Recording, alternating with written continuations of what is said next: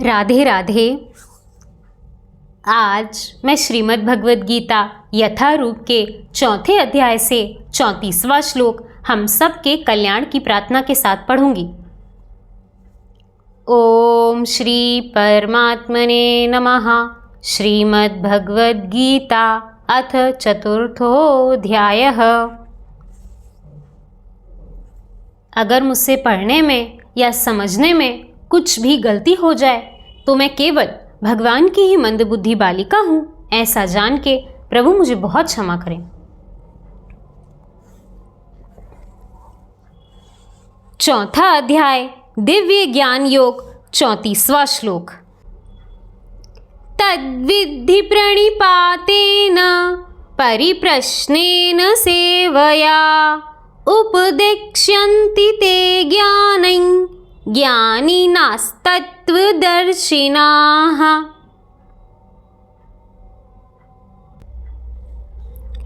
तुम गुरु के पास जाकर सत्य को जानने का प्रयास करो, उनसे विनीत होकर जिज्ञासा करो और उनकी सेवा करो। स्वरूप सिद्ध व्यक्ति तुम्हें ज्ञान प्रदान कर सकता है, क्योंकि उन्होंने सत्य का दर्शन किया है।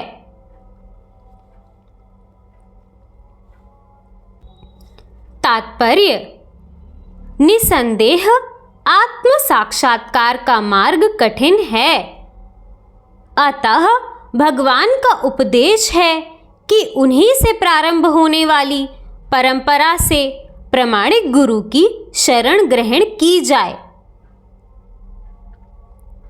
इस परंपरा के सिद्धांत का पालन किए बिना कोई प्रामाणिक गुरु नहीं बन सकता। भगवान आदि गुरु हैं, अतः गुरु परंपरा का ही व्यक्ति अपने शिष्य को भगवान का संदेश प्रदान कर सकता है। कोई अपनी निजी विधि का निर्माण करके स्वरूप सिद्ध नहीं बन सकता, जैसा कि आजकल के मूर्ख पाखंडी करने लगे हैं। भागवत का कथन है, धर्म तो साक्षात भगवत प्रणीयतम। धर्म पथ का निर्माण स्वयं भगवान ने किया है, अतएव मनोधर्म या शुष्क तर्क से सही पद प्राप्त नहीं हो सकता,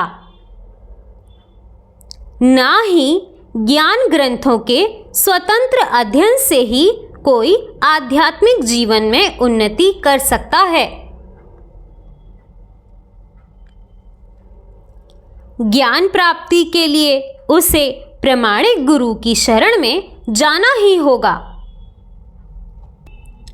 ऐसे गुरु को पूर्ण समर्पण करके ही स्वीकार करना चाहिए और अहंकार रहित होकर दास की भांति गुरु की सेवा करनी चाहिए।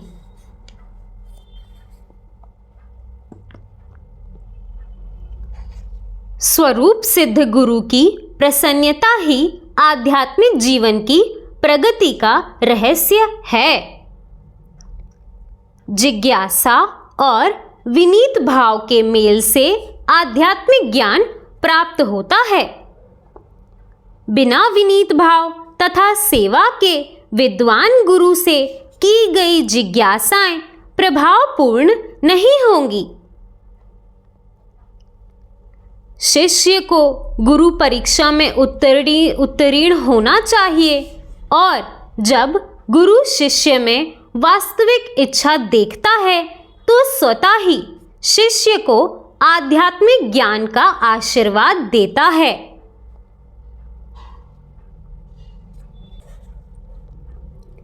इस श्लोक में अंधानुगमन तथा निरार्थक जिज्ञासा, इन दोनों की भत्सना की गई है।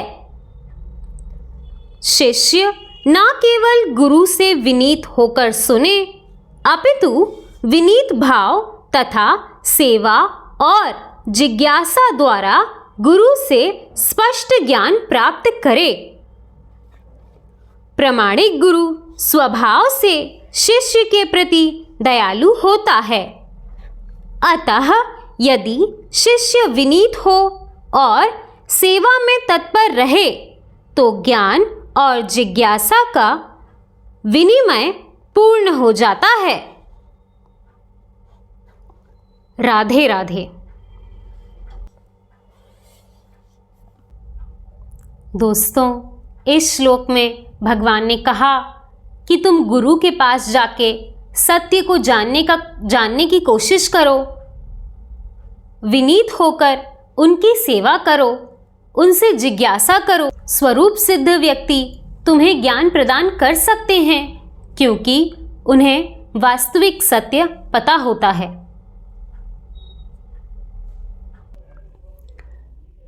अगर मैं अपने जीवन की बात करूं तो अगर बिना गुरुजनों के मेरा जीवन बिल्कुल एक निम्न पशु, या रामचरितमानस की एक सबसे सुंदर लाइन है, ते नर पशु बिन पूछ बिसाना, यानी वो नर जिनकी पूछ नहीं होती लेकिन वो पशु के समान ही होते हैं, यानी बिना पूछ वाले पशु। मेरा जीवन बिना पूछ और बिना सींग वाले पशु की तरह ही बीता।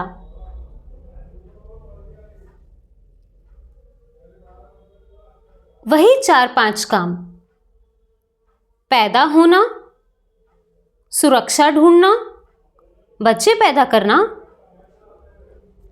और मर जाना।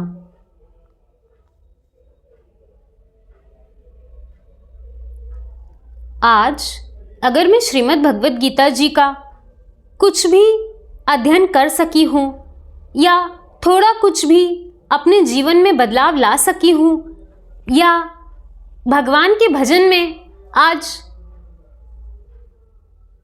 मैं अपनी वास्तविकता को देखती हूँ, ये दुनिया झूठी नजर आती है,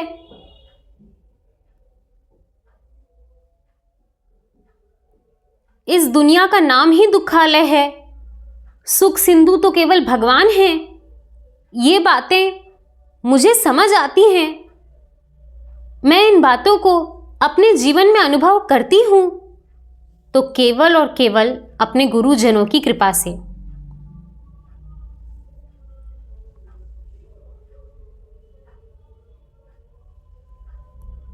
जैसा मैंने कहा कि अगर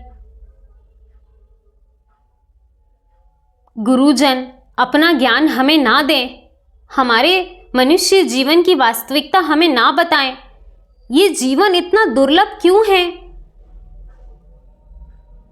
इस सत्य से हम अवगत ना हो पाए तो हम बिल्कुल एक सामान्य पशु की तरह अपने इस जीवन को व्यतीत कर दें।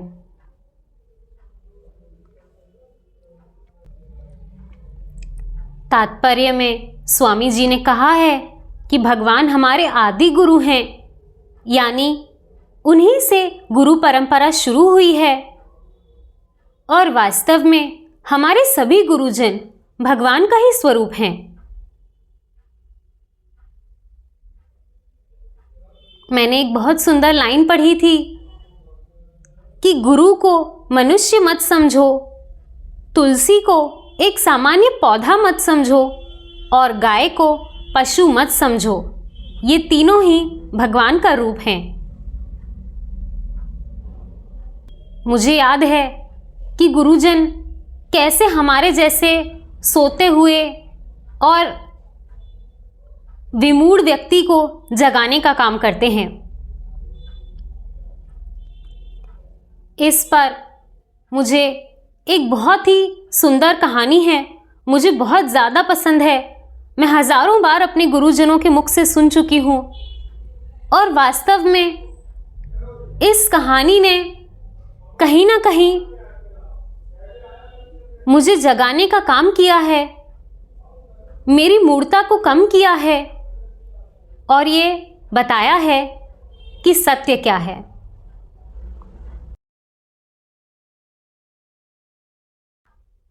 ये कहानी कई कई बार हमारे गुरुजन हमें सुनाते रहते हैं।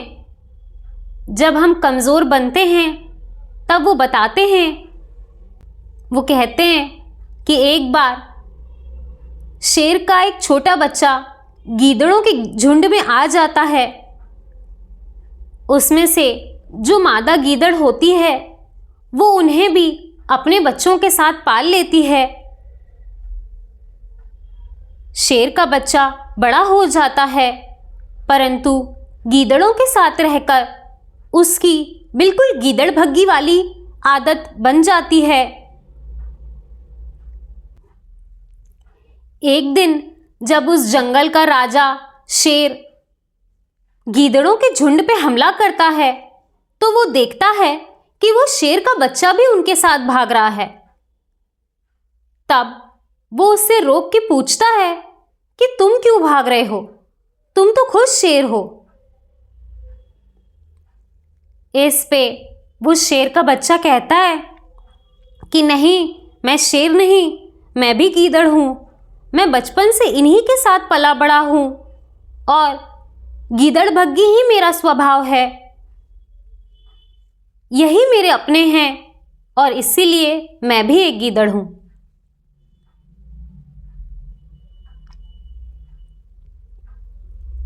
वो शेर हंसने लगता है और उसे अपने साथ ले जाकर कुएं में दिखाता है। कुएं में उस शेर की और उस शेर के बच्चे की परछाई दिखती है। वो कहता है कि देखो, तुम्हारी शक्ल बिल्कुल मेरी शक्ल के जैसी है, यानी तुम भी शेर हो, तुम गीदड़ नहीं हो। गीदड़ों के साथ पलकर तुम गीदड़ जैसे हो गए हो। तुमने अपने स्वभाव को गीदड़ भग्गी बना लिया है। वास्तव में तुम शेर के बच्चे हो। तुम्हारा काम दहाड़ना है, तुम हार नहीं सकते। और गीदड़ भग्गी तुम्हारा वास्तविक स्वभाव या स्वरूप नहीं है।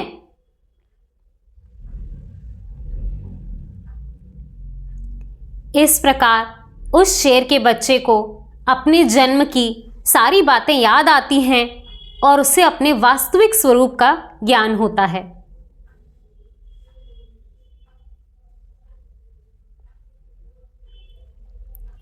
बिल्कुल इसी प्रकार हम इस दुनिया में कुछ गलत लोगों के साथ रहकर सोचते हैं कि हम भी यही हैं, जैसा ये लोग कर रहे हैं हम भी वैसा ही कर रहे हैं। ये नीचे पड़े हैं, हम भी नीचे पड़े हैं। ये अपने जीवन को नहीं बदल पा रहे, हम भी नहीं बदल पाएंगे। इनके जीवन का कोई लक्ष्य नहीं है, हमारे जीवन का भी कोई लक्ष्य नहीं है। हमें बस कैसे भी करके आर्थिक रूप से सुरक्षित होना है और बस ऐसे ही अपने जीवन को काट लेना है, क्योंकि आज तक संसार के सभी लोगों ने हमें यही सिखाया है।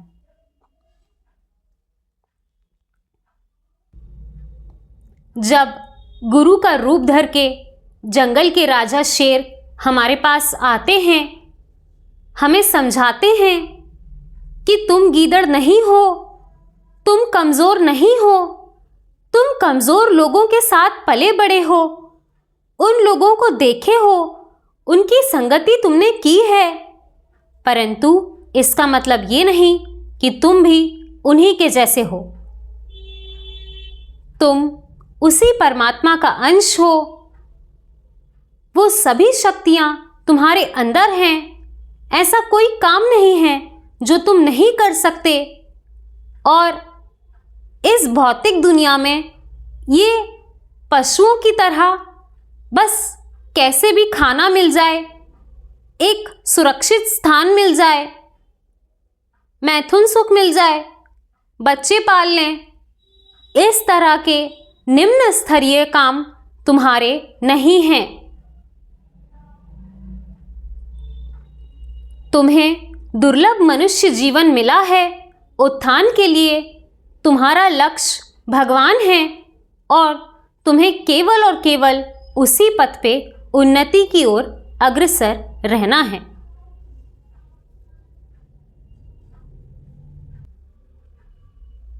इस प्रकार वो जंगल के राजा शेर गुरु का रूप धर के हमारे जीवन में आते हैं, हमें बताते हैं कि हम भी उन्हीं की तरह शक्तिशाली हैं, अपने जीवन को परिवर्तित कर सकते हैं। कुकर सुकर की तरह जीने के लिए ये जीवन नहीं मिला है और हम भी उस परमात्मा का अंश हैं। तब हमें अपने वास्तविक स्वरूप का ज्ञान होता है और हम यहाँ के जो लोग बिना पूँछ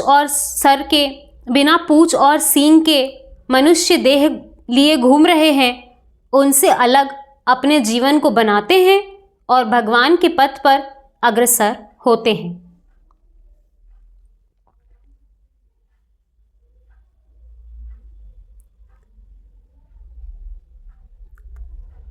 जैसे कहते हैं कि शीश कटाए गुरु मिले तो भी सस्ता जान, और सब धरती कागज करूं गुरु गुण लिखा ना जाए। गुरुजनों पे बोलना शुरू करूंगी तो कभी खत्म ही नहीं होगा। बस एक ही लाइन में समझ जाइए कि मेरा जीवन ते नर पशु बिनु पूछ बिसाना। मनुष्य जीवन बस पूछ और सींग नहीं है, बाकी पशुओं की तरह ही बीतता। उनके आशीर्वाद से कुछ सार्थकता मिल सकी, पशुओं से थोड़ा हटकर जीवन व्यतीत करने का सौभाग्य मिला, भगवान के रास्ते पर अग्रसर होने की इच्छा हुई और अपने वास्तविक स्वरूप का ज्ञान प्राप्त हुआ।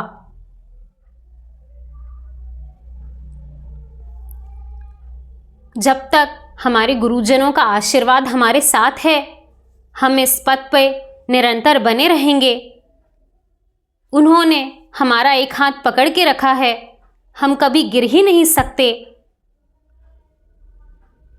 और बस एक बार आप अपने गुरुजनों पर पूर्ण समर्पित हो जाइए, उसके बाद तो भगवान तक पहुंचाने का काम बस उन्हीं का है।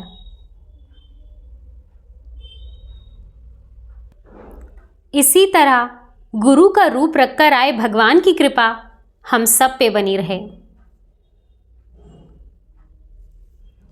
राधे राधे।